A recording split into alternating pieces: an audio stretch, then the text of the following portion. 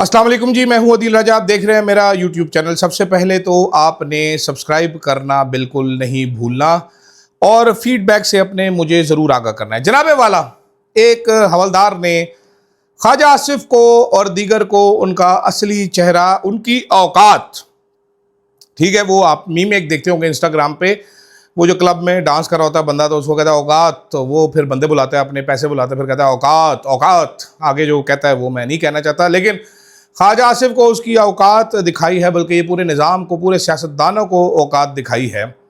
ये मेरे लिए इतना दिलचस्प क्यों है कि मैं इसका जिक्र कर रहा हूँ, वो आगे चल के बताता हूँ आपको।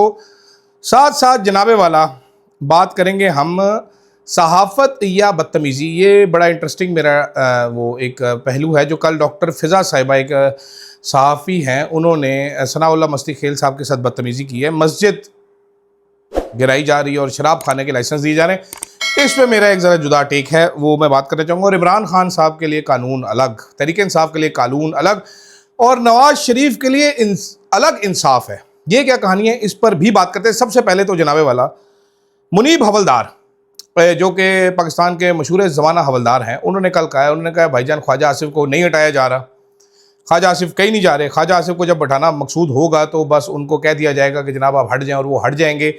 हाइब्रिड निज़ाम में ऐसा ही होता है, ऑर्डर आ जाता है और वो मानना पड़ता है। तो ख्वाजा आसिफ की कोई औकात नहीं। ये नॉर्मली ऐसे होता है जब आपके पास आवाम की ताकत नहीं होती, जब आवाम का वोट आपके पास नहीं होता, जब आप किसी के मरहूने मिन्नत इलेक्ट होते हैं या सेलेक्ट किए जाते हैं। ख्वाजा आसिफ साहब गालिबन 80 साल के होंगे, नहीं तो 70 साल से तो ज़ायद ही होंगे। चिट्टा चाटा है उनका, बदतमीज़ तरीन एक आदमी हैं जिनकी ज़बान की दुश्नाम दराजी से कोई भी शख्स महफूज नहीं रह सकता। ख़वातीन के ऊपर ख़ास तौर पे जुमले कसने में अपनी जवानी में मशहूर थे ख्वाजा सियालकोटी साहब। और आखिरी जो जुमला उन्होंने घटिया अल्फाज वो शीरी मज़ारी के लिए अदा किए थे, और उस पर बड़ा फ़ख्र भी करते हैं वो लोग। तहरीक इंसाफ को गालियाँ निकालने वाले चंद नून लीग के जो लोग हैं, जो कि बाहर के मुल्कों में बैठे हुए हैं, उनसे ख्वाजा आसिफ का ख़ास शगफ़ और ख़ास मोहब्बत है, उनसे बड़ी मोहब्बत करते हैं। लेकिन आप ज़रा अंजाम देखिए ख्वाजा आसिफ की डूबती सियासत का। मुझे नहीं मालूम ख्वाजा आसिफ साहब कितना एक अरसा सियासत में रहेंगे, अंजाम देखिए इस बुढ़ापे में। आखिरी इलेक्शन फॉर्म 47 पे जीता। इकबाल संघेड़ा वो खुलेआम कहता रहा कि ख्वाजे को मैंने जितवाया, ख्वाजे को, और ख्वाजा इतना उसका मरूने मिन्नत था फॉर्म 47 जारी करने पे कि नाराज़ होता फिरता है अपनी पार्टी से। इससे पिछला बाजवे ने जितवाया फ़ोन करके। ऐसे किरदारों का इससे अच्छा अंजाम नहीं हो सकता जब वो पूरी कौम के सामने नंगे होके, रुसवा होकर इस सियासत के मैदान से रुखसत हो, ताकि इस किस्म के टाउट जो है वो इबरत पकड़े। तो ख्वाजा आसिफ साहब का अंजाम ये ख्वाजा आसिफ साहब का नहीं होगा, खैर सारों का ही होगा। इसीलिए अंसार अब्बासी साहब ने आज लिखा है कि जनाब सिविल मिलिट्री रिलेशन में कोई मसला नहीं है, मिलिट्री शहबाज शरीफ साहब से बड़ी खुश है। शहबाज शरीफ साहब का लिखा है, तो होना ये चाहिए था कि वो लिखते हैं कि जी शहबाज शरीफ साहब बड़े खुश है, लेकिन उन्होंने कहा नहीं जी मिलिट्री बड़ी खुश है शहबाज शरीफ साहब से। शहबाज शरीफ साहब का एक बड़ा करीब बंदा हुआ करता था लाहौर में, वो अब नाराज़ हो चुके हैं उनसे मेरी एक दफ़ा बात हो रही थी। उन्होंने कहा था शहबाज शरीफ साहब वो आदमी है जिनको के कान पकड़ा के बैठ जाए ना, कि कान पकड़े बैठ जाओ उधर कोने में, तो उनको ये यकीन हो कि मेरी वज़ीर-ए-आज़म की या चीफ मिनिस्टर की सीट नहीं जाएगी, तो वो कान पकड़ के भी बैठ जाएंगे, बुरा महसूस नहीं करेंगे। लेकिन कुछ लोग ऐसे होते हैं जो कि बुरा महसूस करते हैं, जैसे कि सनाउल्लाह मस्ती खेल साहब। डॉक्टर फ़िज़ा नाम की एक एंकर साहिबा हैं जो कि रोया करती हैं, कभी कोई ड्रामा करती हैं, कभी कोई ड्रामा करती हैं। उन्होंने सवाल पूछा सनाउल्लाह मस्ती खेल साहब से। सनाउल्लाह मस्ती खेल साहब छोड़कर चले गए प्रोग्राम। अब बहस चल रही थी, बड़े लोग कहते हैं सनाउल्लाह मस्ती खेल साहब को जाना चाहिए था, नहीं जाना चाहिए था। उन्होंने भी आगे से ये कहा वो कहा। सवाल ये था कि आप पहले ट्रंप को अपना अब्बा कहते थे। सख्त सवाल पूछना सहाफ़ी का हक है, किसी भी सहाफ़ी का राइट है कि आप सख्त से सख्त सवाल पूछें, जो आपको समझ के मुताबिक, आपकी इस्तादाद के मुताबिक सवाल पूछना है वो पूछें।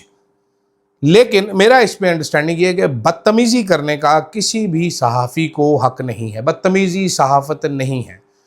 अरशद साहब जब इंटरव्यू करते थे, कई दफ़ा ऐसा होता था, हम कहते थे अरशद साहब यार ये झूठ बोल रहे, इसको रगड़ा लगा दे। अरशद साहब कहा करते थे कि जब आपने सवाल सख्त पूछने हैं तो आपका लहजा बड़ा नरम होना चाहिए। इसलिए आप देखेंगे अरशद साहब जब भी इंटरव्यूज़ करते थे, बड़े सॉफ्टली, बड़े पोलाइटली वो सवाल करते थे, और सवाल करने के बाद उस बंदे के सर पर डंडा लेकर सवार नहीं हो जाते थे, उसको जवाब देने देते थे। एक इंटरव्यू नदीम बाबर साहब का अरशद साहब ने किया था, ज़रूर देखिएगा। अरशद शरीफ नदीम बाबर इंटरव्यू करके यूट्यूब पे तो आपको अंदाज़ा होगा कि अरशद साहब के पास किस कदर ज़्यादा मालूमात थी। नदीम बाबर मेरा ख्याल है उनका नाम था। हाथ, उनके हाथों की लगरिश देखिएगा, कभी वो चाय पीते थे, कभी वो पानी पीते थे, कभी वो मिक्स ही हो जाता था। तो जनाबे वाला सवाल सख्त होता है, बदतमीज़ी नहीं होती। कंडेम करना चाहिए, लेकिन क्या बताएं, आजकल कुछ सहाफ़ियों को ये दिया जाती है चाबी कि आपने बदतमीज़ी करनी है तरीके इंसाफ वालों से। तो उनमें ये डॉक्टर फ़िज़ा साहिबा भी हैं, बदतमीज़ी, बकवास, जो भी आप इसको समझ लीजिए, लेकिन कंडेम करना चाहिए। सहाफ़ियों को भी कंडेम करना चाहिए। इससे जेन्युइन सहाफ़ियों की जो होती है वो बेइज्जती होती है, उनको इंसल्ट किया जाता है इस तरीके से। अच्छा जनाबे वाला, आज एक इश्तिहार आया है अखबार में, ये दफ्तर असिस्टेंट कमिश्नर सेक्रेटरीट ICT ने जारी किया है। ये कहता है जी, नीलामी अराजी नैब रेफरेंस नंबर 19/223 मुकदमा अनवान सरकार बनाम इमरान अहमद खान न्याजी वगैरह 3 क्लब रोड इस्लामाबाद 248 कनाल 8 मरला व रकबा 405 कनाल 3 मरला मौजा मोहरा नूर तहसील व ज़िला इस्लामाबाद बमुकाम union council Barakahu Simli dam road Islamabad मोरखा 11/8/2025 को दिन 11 बजे होगी नीलामी। लिहाजा हर खास आम को बज़ीर अखबार इश्तिहार मुतला किया जाता है कि वैल्यूशन कमेटी की तरफ से मंजूर किए गए तयशुदा शराइत और ज़वाबित के मुताबिक नीलामी में हिस्सा लेने वाला हर खास आम को टोकन के इजरा के लिए 50 लाख रुपए का पे ऑर्डर चेयरमैन नैब के नाम बताया जाए। अथॉरिटी पहले ही 7 अखबार और 30/5 और 7/8 को अखबार इश्तिहार हो चुका है कि जो भी फ़र्द मज़कूरा नीलामी में दिलचस्पी रखता है वो मज़कूरा जायदाद की साइट का दौरा कर सकता है। वो पटवारी के हल्का नंबर फ़ोन इस पर रब्ता कर सकता है। अच्छा जी, ये नैब के जो इश्तिहार है इसके मतलब आपको वैसे बता दूं कि ये इमरान खान की ज़मीन नहीं है, ये अलकादिर ट्रस्ट केस से मुतल्लिक ज़मीन है। ये अलकादिर ट्रस्ट केस के मोस्ट प्रॉब्ली इश्तिहारियों की ज़मीन है, जो कि फ़रा गोगी साहिबा और जुल्फ़ी बुखारी की हो सकती है। तो इमरान खान की ज़मीन ये नहीं है। केस का टाइटल इमरान खान के नाम पर ज़रूर है, लेकिन इमरान खान की ज़मीन नहीं है। तो ये बहुत सारे लोग ये ढूंढ रहे थे कि किसकी ज़मीन है, तो मैंने कहा आपको ज़रा अपडेट कर दूँ कि किसकी ज़मीन है। सरताज गुल की पटिशन पे जैसे मैंने पहले बताया था, एतराज़ात लग चुके हैं कि सरेंडर नहीं किया उन्होंने, रजिस्ट्रार ऑफिस ने एतराज़ लगा दिया है। लेकिन इसमें एक बड़ी इंटरेस्टिंग चीज़ है, एक इश्तिहारी पहले भी था, उसका नाम था नवाज़ शरीफ।